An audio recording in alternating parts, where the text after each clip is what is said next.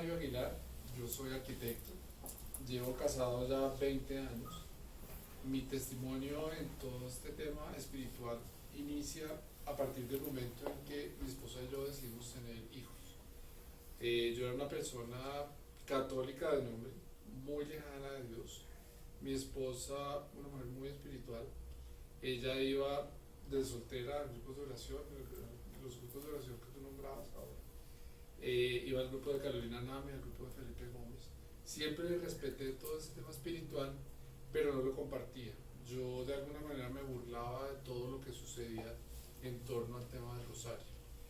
Y es ahí en el momento en que decidimos tener hijos que nos enteramos que mi esposa es completamente estéril.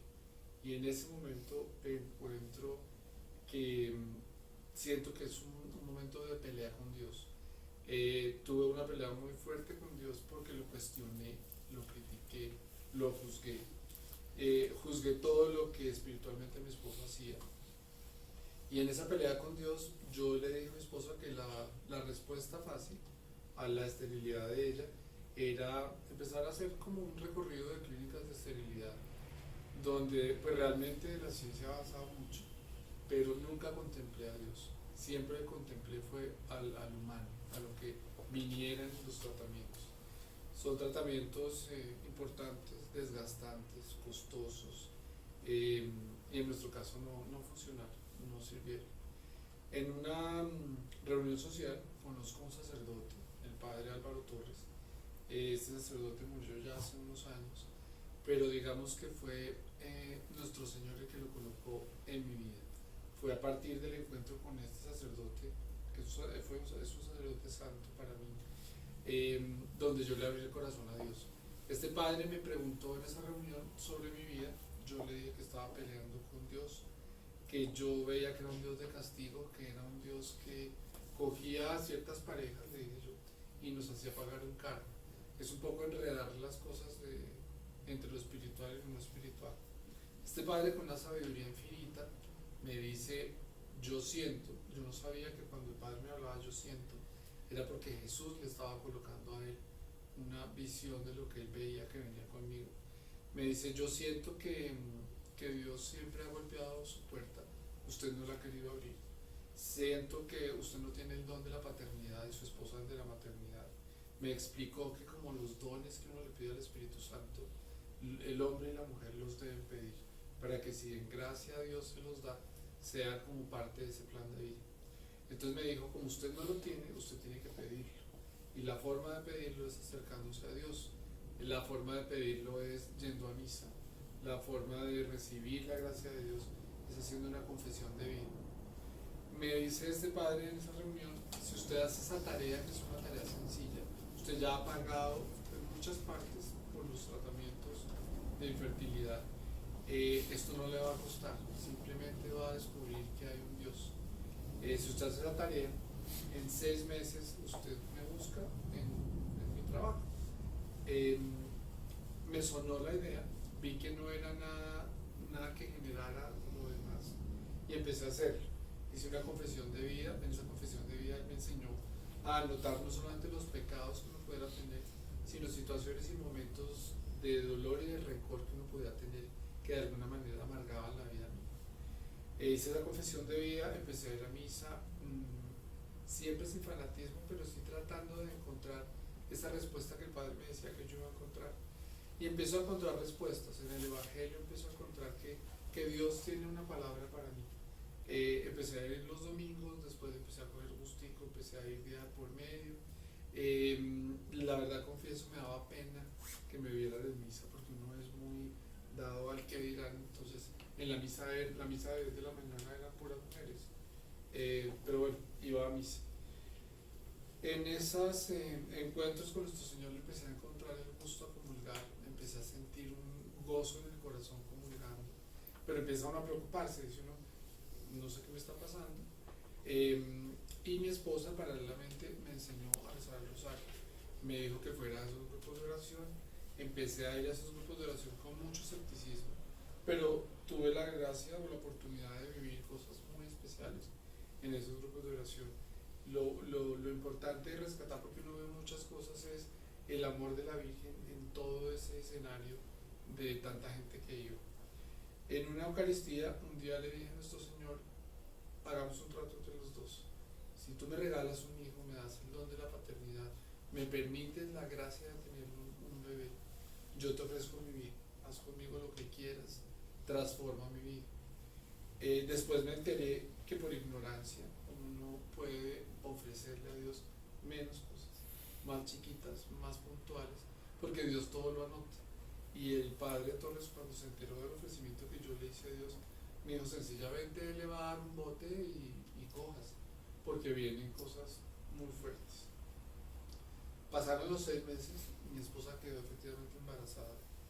Y la sorpresa mía, aparte de saber la noticia del embarazo, fue ir a buscar a ese sacerdote que me había hecho eso 6 meses atrás. Cuando voy a la oficina de él, en medio de mi ignorancia espiritual, la oficina de él era un santuario. En la oficina de él estaba el Santísimo expuesto. Y hicimos una oración y el Padre Torres empieza a hablarme y uno empieza a descubrir, o ya empiezo yo a descubrir, que no era el Padre Torres, que era Jesús hablando a través de él. Y me dice en ese encuentro, me dice, yo te estaba esperando, yo tenía para ti la gracia de un hijo, vas a tener un hijo hombre, y pues no habíamos hecho ni ecografías ni nada. Y eso lo toca a uno en el corazón, o sea, uno tiene que vivir eso para darse cuenta que está hablando es con Jesús. Me dice, yo tomo lo que tú me ofreciste y yo te entrego ese hijo. Has cargado mucho tiempo la cruz y hoy, o en el tiempo que viene, cargarás muy pronto a tu hijo. Ahí se acaba esa conversación con el padre y yo me dedico como a seguir haciendo mi vida, a seguir yendo a misa y a rezar el rosario en mi casa con mi esposa, porque pues el embarazo era muy complicado, entonces yo trataba que ni siquiera saliéramos. En ese rosario, o en esos rosarios en mi casa, tuve una experiencia muy bonita que siempre la cuento, no pretendiendo que todo el mundo la entienda, la acepte. Empiezo a tener la visión de la Virgen María en cuerpo completo presente en la advocación de la rosa mística. La rosa mística es la Virgen que tiene un manto blanco y 3 rosas acá en el pecho, una roja, una dorada y una blanca. Curiosamente, aunque en las cosas de Dios no hay nada que sea coincidencial, curiosamente a mí me han regalado una imagen en bulto de esa Virgen de la Rosa Mística. Me la había regalado la mamá de Felipe Gómez, uno de los videntes de la Virgen. Nunca entendí por qué, pero la tuve en mi casa con mucho respeto, porque en ese escepticismo mío yo no quería volver mi casa un santuario, pero la tenía ahí. Cuando empiezo a ver la Virgen, varias veces que se manifestaba en distintos momentos y distintos rosarios, mi esposa no la veía, volví nuevamente donde el Padre Torres, que se vuelve ya a partir de ese momento mi primer director espiritual, y el Padre Torres me dice, mire, si eso es cierto lo que usted está viendo, pídale a Dios que se lo ratifique. Si no es de Dios, porque el demonio también se manifiesta de muchas formas, pídale que se lo quite. Y empecé a hacer como esa oración que me enseñó, y la Virgen seguía manifestando. Nunca me habló, pero generaba mucha paz, generaba mucho gozo en el corazón, generaba como ir enamorándome cada vez más del tema.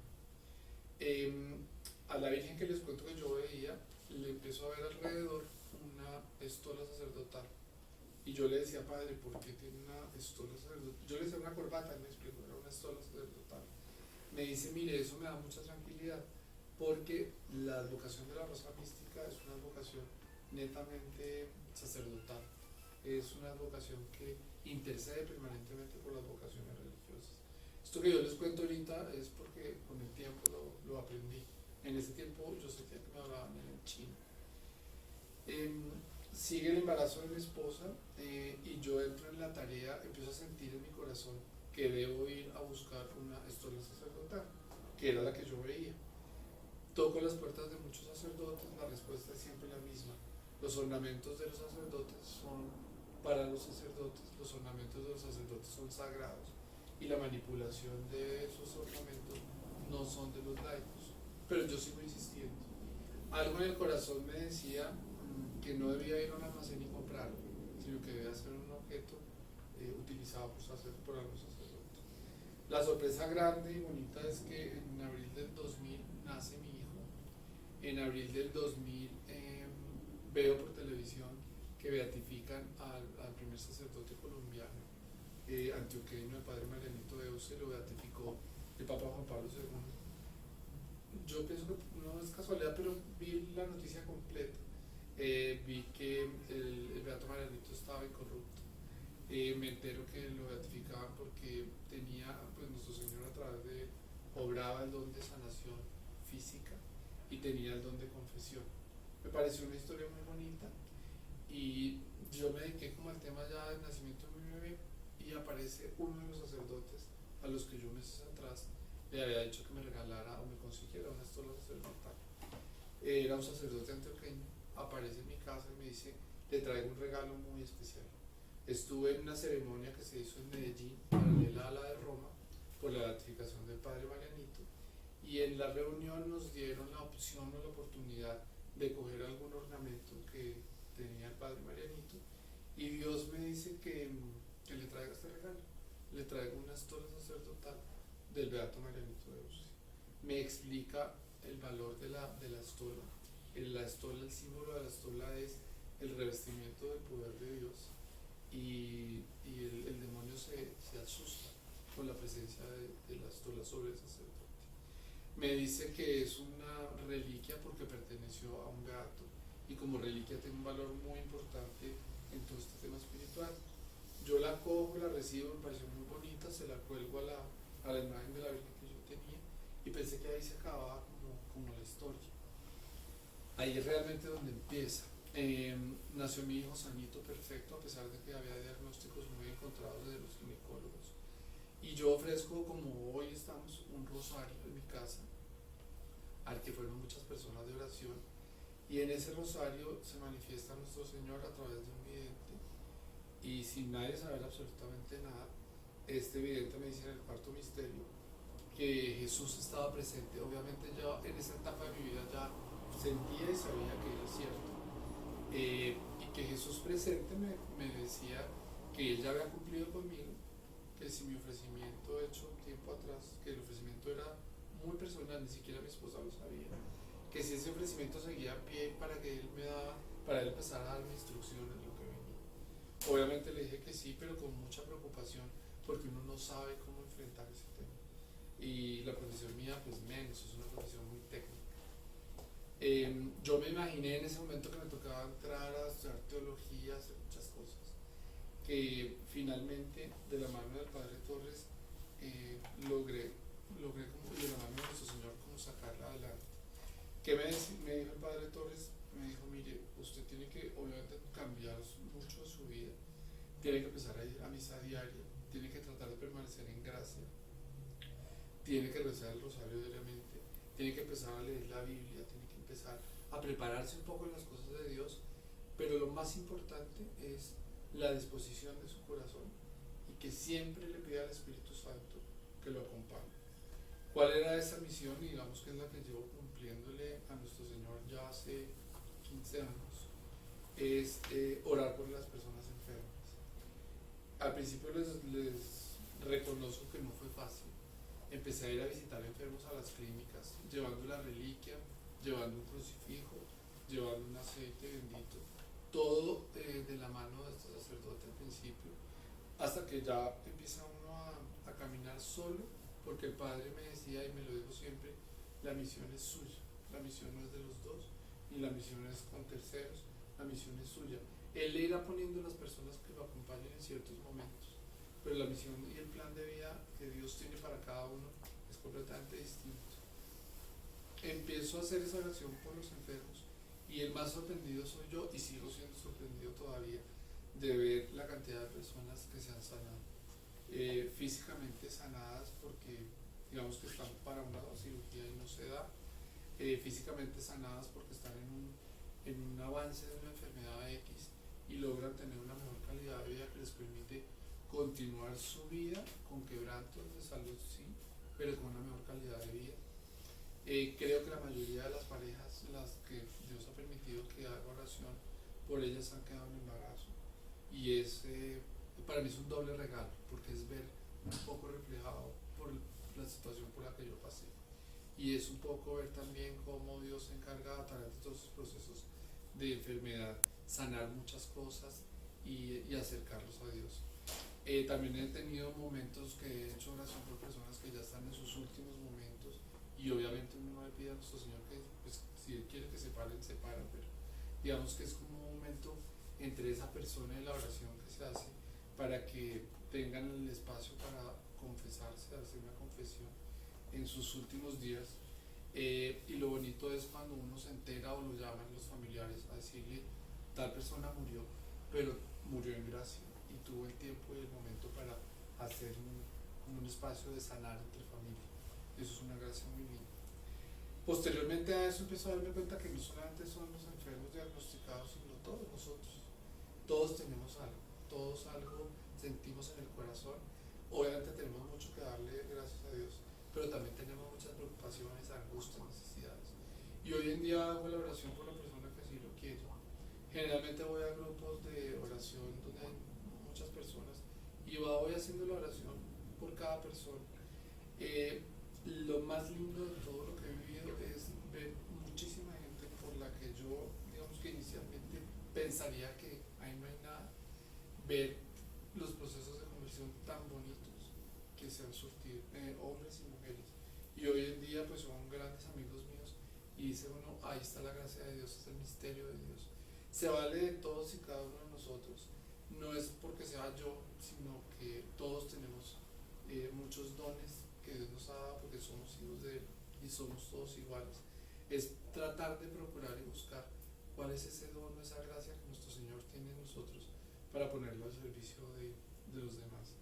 Como decía Fernando, dentro de todas esas experiencias, la experiencia con Emaús, yo había hecho Emaús, nunca había servido, pero la experiencia con Emaús fue fantástica, porque Dios permitió que con Fernando hiciéramos como una llave donde uno siente un apoyo muy especial de una persona. Explica, dijiste que Emaús nunca había servido, Emaús no, sino que explícalo del servicio para que quede claro que no es que Emaús no sirva, sino que es... Emaús como retiro lo había tomado, yo había tenido una experiencia muy linda de lo que implica Emaús. Me habían invitado mucho para servir en otros retiros y en esos servicios yo, digamos que por falta de tiempo siempre había dicho que no. Tuve la oportunidad de ir a un servicio de un retiro de Emaús y en ese servicio de ese retiro, primero la sorpresa grande que recibí fue que me delegaron en mí como una responsabilidad el manejo de la capilla donde estaba el Santísimo. Eso para mí fue un regalo muy grande porque es una gracia muy grande llenarse de nuestro Señor permanentemente. Se dio y se permitió, era un grupo muy unido, se dio y se permitió que pudiéramos casi que amanecer en esa capilla de adoración, muchísimos de los servidores, y con Fernando Arciniegas logramos hacer esa llave para poder orar juntos, valernos del uno del otro, para orar por cada uno de los servidores. Y creo que la experiencia hoy en día de esos servidores no la olvido. Yo me los encuentro y me dicen, fue una gracia muy bonita. Y es nuestro Señor el que está ahí. La oración que yo hago es una oración muy sencilla, nunca pretende reemplazar la oración de un sacerdote ni la bendición de un sacerdote, pero es el Espíritu Santo en ese momento entregándole a esa persona algo que definitivamente va directo al corazón, porque ni yo la conozco, ni sé el momento en el que está, pero sé que nuestro Señor le habla directamente al corazón. Y lo bonito es ver cómo toca sus corazones, así como tocó el mío y el de muchos otros. Hoy en día tenemos 4 hijos, en 4 momentos distintos, de una mujer que es estéril, sin tratamientos médicos, y es el regalo de Dios para mí. Yo a Dios le pedí fue una familia, hoy ya hablamos de San José, yo le pedí un hogar, una familia, unos hijos, pensé que iba a ser uno solo porque en este diagnóstico médico uno era una bendición muy grande, me dio 4 y en esa bendición que me ha dado siento que la responsabilidad de cumplirle con él se cuadruplica, o sea, me toca cuadruplicar ese tiempo para ir a muchas partes, salgo mucho, viajo mucho y Dios se encarga de mi familia. Esa es otra gracia, que es aprender lo que alguna vez hablábamos, el abandono en Dios, es un salto al vacío sabiendo que Dios está ahí para sostenerlo y lo sostiene a uno en todo. Eso es básicamente